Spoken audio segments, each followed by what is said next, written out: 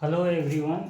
आज हम लोग क्लास 9th का जो फ्रांसीसी क्रांति है उसके बारे में जानने का प्रयास करेंगे। हम लोग एक पृष्ठभूमि तैयार करेंगे जिस कारण से हम लोग समझ पाएंगे कि किस तरह से आंदोलन हुआ, क्यों हुआ, इसके पीछे का क्या रीज़न रहा और जो हमको फ्रांसीसी क्रांति के बारे में समझने में बहुत ही आसानी से मदद करेगा। तो हम लोग पहले चलते हैं फ्रांसीसी क्रांति के बारे में थोड़ा चर्चा करते हैं। फ्रांसीसी क्रांति,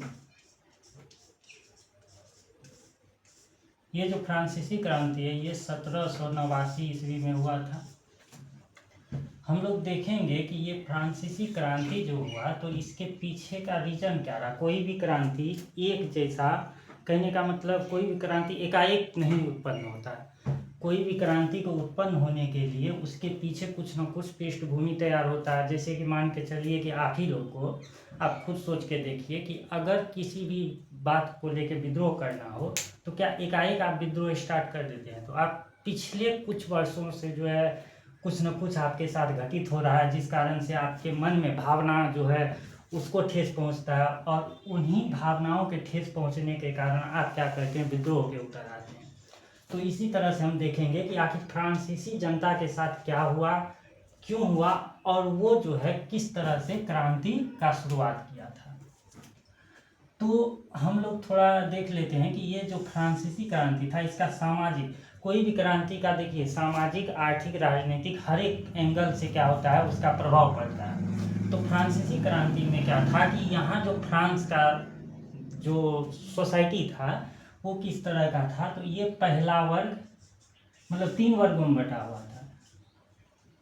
प्रथम कह लें या पहला कह लें तो पहला वर्ग था, उसके बाद एक दूसरा वर्ग था, 2 नंबर में देखेंगे तो दूसरा वर्ग, और तीसरा नंबर में देखेंगे तो तीसरा नंबर में था तीसरा वर्ग। हम लोग इंट्रोडक्शन के पर्पज से ये वीडियो बना रहे हैं जिस कारण से कोशिश करेंगे कि शॉर्ट टर्म में ये हो जाए और साथ ही साथ आपका बैकग्राउंड इस तरह से क्लियर हो जाएगा कि आप फ्रांसीसी क्रांति अगर एनसीईआरटी बुक से पढ़े तो बहुत अच्छा से समझ में आने लगेगा। देखिए पहला वर्ग में ये क्या था कि यहाँ पादरी लोग हुआ करते थे, चर्च जिसको बोलते हैं, पादरी हुआ करते थे। अब देखिए कोई भी देश में अगर हम लोग चर्च पादरी देख ले या हम लोग भारत में ही देख ले तो मतलब पंडित हो गया, ये सब का क्या जनसंख्या एक सीमित होगा ना, तो इसका जनसंख्या बहुत ही कम था। दूसरा वर्ग में कौन लोग आते थे? राजा आते थे। दूसरा वर्ग में राजा, रानी या फिर कोई भी सामंत जो जमींदार हुआ करता था वो लोग ये दूसरा वर्ग में आते थे। और तीसरा वर्ग में आम जनता होते थे जिसमें वकील, डॉक्टर, मतलब साथ ही साथ जो भी आम नागरिक है वो सब आते थे। कहने का मतलब जनसंख्या में इसका परसेंटेज क्या था? 97% था। जनसंख्या में ये तीसरा वर्ग जो है 97% था और पहला वर्ग और दूसरा वर्ग बहुत ही सीमित जनसंख्या में था। साथ में देखिए ये अमीर हुआ करते थे, पहला वर्ग और दूसरा वर्ग अमीर होते थे और इसको क्या करना पड़ता था? टैक्स नहीं चुकाना पड़ता था।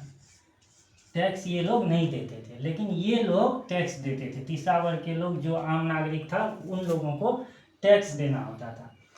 अब देखिए क्या होगा कि जब टैक्स देना होगा तो आर्थिक समस्या पैदा होगा, क्योंकि पहला वर्ग दूसरा वर्ग टैक्स नहीं दे रहा है और तीसरा वर्ग दे रहा है तो आर्थिक समस्या पैदा होगा। जैसे आप लोग देख लीजिए क्लास में ही अगर कुछ गलती करते होंगे तो अगर ग्रुप मिल के गलती करता है आपको केवल सजा होता है तो आप खुद सर को कहते हैं कि सर गलती वो भी किया। तो इसी तरह से यहाँ भी है। ये तीसरा वर्ग का मन में एक भावना उत्पन्न होने लगा कि हम लोग ही टैक्स क्यों दें, ये दोनों क्यों नहीं दे रहा, जबकि इसके पास ज़्यादा से ज़्यादा संपत्ति है। ज़्यादा संपत्ति का जो है ये कर रहा है, मतलब अगर पूरा तरह देखें तो फ्रांसीसी में जितना फ्रांस में भूमि का हो या किसी भी तरह से इन लोगों का हक था, दबदबा था। लेकिन ये तीसरा वर्ग इस पे मतलब जनसंख्या में तो ज़्यादा थे लेकिन इन लोगों के पास संपत्ति कम था, लेकिन पूरा तरह से टैक्स इसी को चुकाना पड़ता था। इससे क्या हो गया कि एक तरह से आर्थिक मतलब संकट उत्पन्न हो गया। साथ ही साथ आप फ्रांस का आप देखिए ये 3 वर्ग हो गया, क्लास हम सामाजिक व्यवस्था देख लिए, इसके अलावा अगर हम लोग देखेंगे कि क्रांति हुआ क्यों, तो क्रांति होने का कुछ न कुछ कारण होगा। तो पहले तो हम लोग देख लेते हैं आर्थिक संकट। ये आर्थिक संकट है। आर्थिक संकट उत्पन्न क्यों हुआ? आर्थिक संकट उत्पन्न हुआ लुई 16 जो है, लुई 16, ये बुर्बो राजवंश का शासन इस समय चल रहा था। लुई 16वां राजगद्दी पे बैठा था। उसके बारे में हम लोग ज़्यादा अभी चर्चा नहीं करेंगे, उतना समय नहीं है। हम लोग नेक्स्ट वीडियो अगर कोशिश करेंगे कि अच्छा से लॉन्ग में बनाएं, जिसमें कि पूरा तरह से आपको फिलहाल जो है ये बैकग्राउंड के लिए आप मतलब पृष्ठभूमि समझ लीजिए क्रांति का। तो ये आर्थिक संकट उत्पन्न हुआ लुई 16वां, इसमें शासन काल था लुई 16वां का। ये खर्चालू भी बहुत थे और युद्ध भी उस समय चल रहा था, तो युद्ध में भी अच्छा खासा पैसा खर्चा हो चुका था। तो इससे क्या हुआ कि सरकार जो है आर्थिक संकट से गूंजने लगा। सरकार पे बहुत ज़्यादा कर्ज हो गया। आप जानते होंगे कि अमेरिका का साथ दे रहा था उस समय फ्रांस, जो ब्रिटिश के अंदर जो कॉलोनी था उन लोगों को आज़ाद कराने, लगभग 14 कॉलोनी ये आज़ाद करवाया था उसके साथ मिलकर। अब क्या हुआ, आर्थिक संकट उत्पन्न हो गया, बहुत सारा कर्ज चढ़ गया, महंगाई। आर्थिक संकट उत्पन्न होगा तो क्या होगा, महंगाई आ जाएगा, महंगाई और भूखमरी। महंगाई भूखमरी आ जाएगा। आप जान सकते हैं उसमें अगर चैप्टर में पढ़े होंगे तो आपको पता होगा कि पाव रोटी पे भी टैक्स, जो खाने का दैनिक जीवन का उपयोग, पाव रोटी हो गया, नमक हो गया, इन लोगों को इस सब पे भी टैक्स लगने लगा था। इसके अलावा असमानता फैलने लगा। असमानता आप जानते हैं किस तरह से,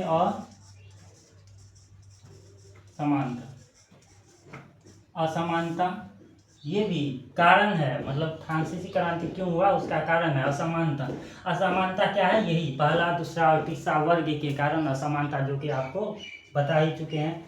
इसके अलावा देखेंगे कि दार्शनिकों के कुछ विचार। अब देखिए ये तीसरा वर्ग जो है,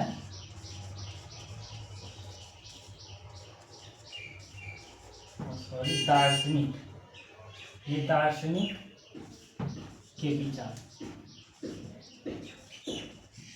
अब देखिए पहले क्या हुआ था कि कोई भी, पहले जो है तीसरा, ये मध्यम वर्ग अगर देखें तो आगे चल के पढ़ेंगे, ये मध्यम वर्ग के लोग थे जो डॉक्टर, इंजीनियर, मतलब पढ़े लिखे लोग विकसित होने लगे। तो पढ़े लिखे लोग विकसित होने, तो उनमें फिलोसफर्स भी बहुत ज़्यादा थे। तो ये फिलोसफर्स लोग क्या हुआ, इन लोगों का अपना विचार था। इन लोगों का कहना था कि सभी इंसान बराबर हैं और राजा की शक्ति जो है सीमित होनी चाहिए। दार्शनिकों का कहना था कि इंसान सभी बराबर है और जो भी राजा है उसका शक्ति भी सीमित होनी चाहिए। इन लोगों का भी प्रभाव पड़ा उस समय का जो क्रांति था उन लोगों पे। अब क्या हो गया कि ये हम लोग अच्छा समझ गए हैं। यहाँ से फ्रांसीसी क्रांति का जो है, इसके पीछे क्या था कि क्रांति का शुरुआत कब हुआ। अगर देखिए क्रांति की शुरुआत, ये क्रांति की शुरुआत अगर देखेंगे तो 1789 तो जानते हैं 14 जुलाई को ये स्टार्ट हुआ था। स्टेट जनरल का बैठक हुआ था। स्टेट जनरल का बैठक हुआ था आपको 1789 ईस्वी में, सॉरी 1789। इसी को कहते हैं स्टेट। देखिए पहला वर्ग को फर्स्ट स्टेट, दूसरा वर्ग को सेकेंड स्टेट, तीसरा वर्ग को थर्ड स्टेट। तो ये जो स्टेट था, स्टेट जनरल, इन स्टेट जनरल का क्या हुआ था, बैठक हुआ था। अब जब स्टेट जनरल का बैठक हुआ तो इन बैठक में क्या हुआ कि जो ये तीसरा वर्ग के लोग थे, इन तीसरे वर्ग के लोगों ने कहा कि हम जो है जनसंख्या में ज़्यादा हैं और हमारी बात सुनी जाए। पर इन लोगों का बात नहीं सुना गया क्योंकि जनसंख्या में ये तीसरा वर्ग के लोग ज़्यादा थे। इन लोगों का कहना था, स्टेट जनरल का जो मीटिंग हुआ था इनमें कहना था कि हम लोगों का बात सुना जाए क्योंकि हम ही जो है वास्तविक, कहने का मतलब जनसंख्या है, मतलब वास्तविक जो है इन लोगों का जनसंख्या ज़्यादा था तो जनता भी यही हुआ, वास्तविक जनता यही लोग हुआ। तो इन लोगों का कहना था कि हम लोगों का बात सुना जाए, लेकिन इन लोगों का बात पे कोई ध्यान नहीं दिया गया, जिस कारण से ये लोग क्या किए कि ये जो तीसरे वर्ग के लोग थे ये असेंबली का गठन किया, जिसको हम लोग नेशनल असेंबली के नाम से जानते हैं।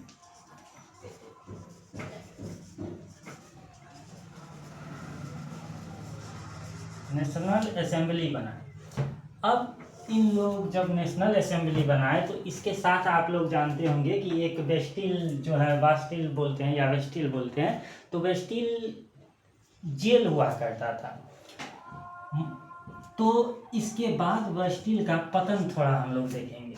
मतलब यहाँ से हम लोग थोड़ा स्किप कर दिए, ज़्यादा नहीं, क्योंकि हमको शॉर्ट में वीडियो बनाना है। तो इतना समझ गए, क्रांति का शुरुआत जो है 1789 ईस्वी में स्टेट जनरल का जो बैठक बुलाया गया था, तीसरे वर्ग के लोगों के द्वारा कहना था कि वास्तव जो है जनसंख्या इन्हीं लोग का ज़्यादा था, तो जिस कारण से वास्तविक जनता यही लोग हैं, हम लोगों की बात सुनी जाए। लेकिन इन लोगों ने इन लोगों का बात नहीं सुना, जिस कारण से नेशनल असेंबली का गठन ये लोग किए। अब नेशनल असेंबली का गठन किए तो इन लोगों को क्या था कि कुछ ना कुछ जरूरत था। आप चैप्टर स्टार्ट करेंगे तो पहले ही देखेंगे कि राजा के द्वारा जो है सैनिकों को शहर में घुसने का आदेश दे दिया गया था, और एक अफवाह फैला था कि आम नागरिकों पे गोली चलाने का भी इन लोगों को आदेश मिलने वाला है, जिस कारण से लोग और भड़क गए। और ये लोग जो है वेस्टिल का जो जेल था, जहाँ से इन लोगों को हथियार प्राप्त हो सके या गोला बारूद, उन जगहों पे ये अटैक करेंगे।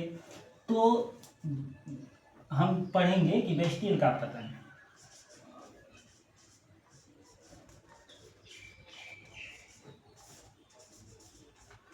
वेस्टिल का पतन ये 14 जुलाई 1789। तो वेस्टिल का पतन हुआ था 14 जुलाई को। क्या हुआ था, वेस्टिल जेल पे अटैक हुआ, और वहाँ पे जानते होंगे तोड़ फोड़ मचा दिया था। उसके अलावा जो है यहाँ का जो सी मलबा था, जो लोग जो उनको मतलब कहने का निशानी के तौर पे रखना चाहते थे, उन लोगों को बेच दिया गया, और बहुत सारे कैदी लोगों को भी आज़ाद किया गया। इसके बाद देखेंगे तो हम लोग ऐसा माना जाता है, ये वेस्टिल जो है, वेस्टिल जेल, यहाँ माना जाता है कि यह जेल राजा का अत्याचार का प्रतीक था, और इसी घटना को फ्रांसीसी क्रांति का शुरुआत भी माना जाता है। ये जो वेस्टिल का पतन हुआ, तो फ्रांसीसी क्रांति का शुरुआत भी इसी को माना जाता है। क्रांति के बाद देखेंगे तो क्रांति के बाद अब तो क्रांति की शुरुआत हो गया, बीच में बहुत सारा घटना घटा है, बीच में बहुत सारा घटना घटा, जिसको हम लोग छोड़ते हुए चल रहे हैं। हम एक इंट्रोडक्शन वीडियो फिलहाल बना रहे हैं, जिस कारण से कोई तरह का दिक्कत नहीं होना चाहिए। हम वेस्टिल का पतन को देखेंगे, और यहाँ से क्या हो, क्रांति का शुरुआत हुआ, बहुत सारा ऐसा घटना घटा बीच में। और क्रांति होने के बाद जो यहाँ पे चेंजिंग आया, तो चेंजिंग के मतलब तरह हम समझ सकते हैं कि जैसे सामंती व्यवस्था था, तो ये सामंती व्यवस्था का अंत हो गया। उसके बाद सभी नागरिक को क्या था कि बराबर का जो है एक तरह से मतलब बराबरी मिला, और उसके अलावा स्वतंत्रता का अधिकार भी सभी नागरिकों को मिला, संपत्ति का अधिकार को मिला। एक चीज़ याद रखिएगा कि सबसे पहले जो है नारा दिया गया था, लिबर्टी, इक्वलिटी और फ्रेटर्निटी, स्वतंत्रता, समानता और बंधुत्व। ये तीन जो नारा है, ये भी इसी फ्रांसीसी क्रांति के दौरान दिया गया था। ये पूछा भी जाता है ऑब्जेक्टिव में। जनता का गुस्सा बदल गया, बढ़ गया। जनता का गुस्सा जब बढ़ गया तो 1700, देखिए अब क्या हुआ कि यहाँ पे क्या है कि सामंती व्यवस्था का अंत हो गया, जनता के हाथ में शासन भी आ गया। तो धीरे धीरे और क्या हुआ कि ये हम लोग देखेंगे कि लगभग ये 1792 ईस्वी के आसपास है, 1792 ईस्वी के आसपास क्या हुआ कि फ्रांस जो है गणराज्य बन गया, गणराज्य बन गया। अब जब फ्रांस गणराज्य बन गया, अभी भी देखिए लुई 16वां जिंदा है, लेकिन इन लोगों का तो गुस्सा कहीं न कहीं उस पर उतारना है। तो 1794 ईस्वी में हम लोग देखेंगे कि ये जो लुई 16 है, लुई 16, इसको क्या कर दिया गया, फांसी दे दिया गया। लुई 16 को फांसी दे दिया गया। अब देखिए ये एक शॉर्ट वीडियो था, जिससे कि आप लोगों को एक पृष्ठभूमि तैयार हो जाएगा कि फ्रांसीसी क्रांति में किस तरह से क्या हुआ। इसके अलावा हम लोग पढ़ेंगे कि उस समय का समकालीन कोई भी जो है, अगर हम लोग क्रांति देखें तो क्रांति के पीछे कुछ ना कुछ बैकग्राउंड होता है। तो बैकग्राउंड में देखेंगे कि हम जैसे युद्ध का चर्चा किए कि युद्ध में घुसा हुआ था, जिस कारण से आर्थिक संकट उत्पन्न हो गया। तो ये कौन सा युद्ध में घुसा हुआ था और कब से ये युद्ध चल रहा था, इस युद्ध में ये क्या कर, इसका भागीदारी क्या रही, और किस तरह से इसको जो है आर्थिक संकट हो गया, इस देश में क्या हुआ, महंगाई आ गया, भुखमरी आ गया। तो ये क्या, महंगाई भुखमरी एक साथ तो आ नहीं सकता, इसके पीछे भी कहीं न कहीं ये सब कारण रहा है। तो ये सब भी हम लोग पढ़ेंगे एक डिटेल्स में, ताकि जो है हम लोग फ्रांसीसी क्रांति के बारे में कुछ ना छोड़े। फिलहाल ये बैकग्राउंड हो गया। अगर आप ये वीडियो देख लेते हैं तो आपको फ्रांसीसी क्रांति से संबंधित जो भी डॉट है, एक मतलब कहने का मतलब ढांचा तैयार हो जाएगा। अब क्या है कि जो भी नॉलेज है उसको उस ढांचे में फिट करना है। तो फिलहाल इतना ही रहने देते हैं। Thank you.